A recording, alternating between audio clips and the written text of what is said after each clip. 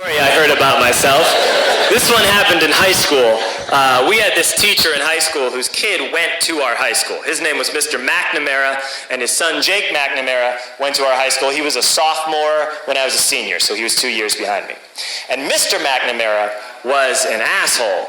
And one weekend, he and his wife decided to leave town, which you should never do if you're an asshole.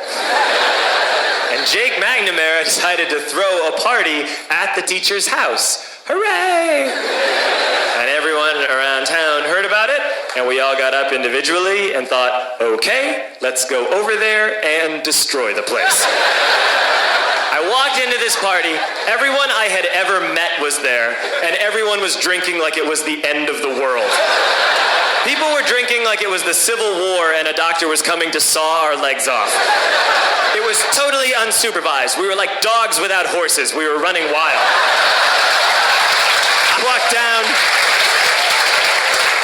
I walked down to the basement. They had a pool table in the basement. One dude took a running start and threw his body onto the pool table and broke it in half. Another kid found out which room was Mr. McNamara's and went upstairs and took a shit on his computer. So the party was going great. I'm standing in the basement and I'm holding a red cup. You've seen movies. And I'm standing there and I'm holding a red cup and I'm starting to black out. And I guess someone said like, something, something, police. And in a brilliant moment of word association, I yelled, fuck the police! Fuck the police! And everyone else joined in. 100 drunk white children yelling, fuck the police. With the confidence of guys who have like already been to jail and aren't afraid of it anymore. You know, that like, I'll serve my nickel, you come and take me confidence. But white children. The reason someone had said something, something police was because the police were there. So a Chicago police officer walked down the stairs and got to the bottom in the basement and looked out over a sea of drunk toddlers yelling, fuck the police, in his face. And he was almost impressed. He's like, wow. And then he leaned into his walkie-talkie and went, get the paddy wagon. And my friend John, who is now a father, this man now has a baby, he grabbed a 40, smashed it on the ground and yelled, scatter! And everyone ran into different directions. We all ran in different directions. It was like that scene in Ratatouille when the humans come in the kitchen and all the rats go in different ways. We all ran in different directions.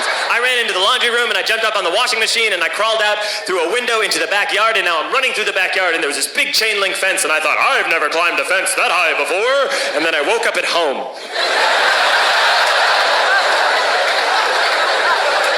On Monday, I went to school because that's what we did back then.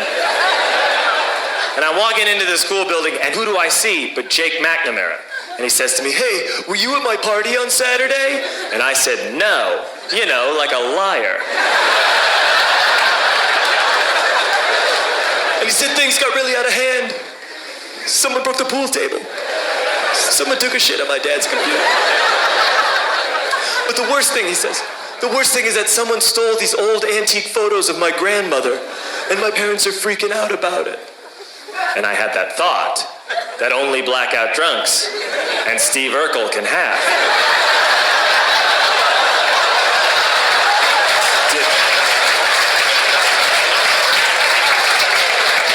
Did I do that?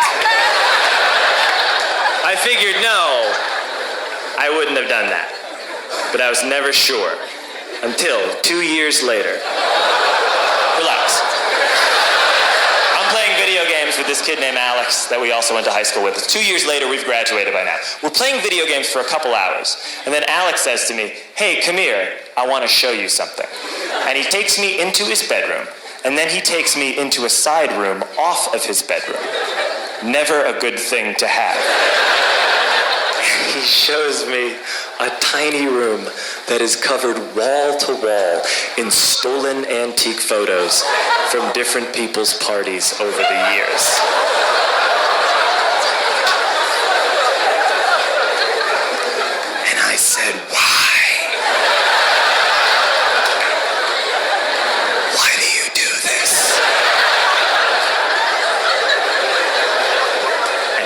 said, because it's the one thing you can't replace.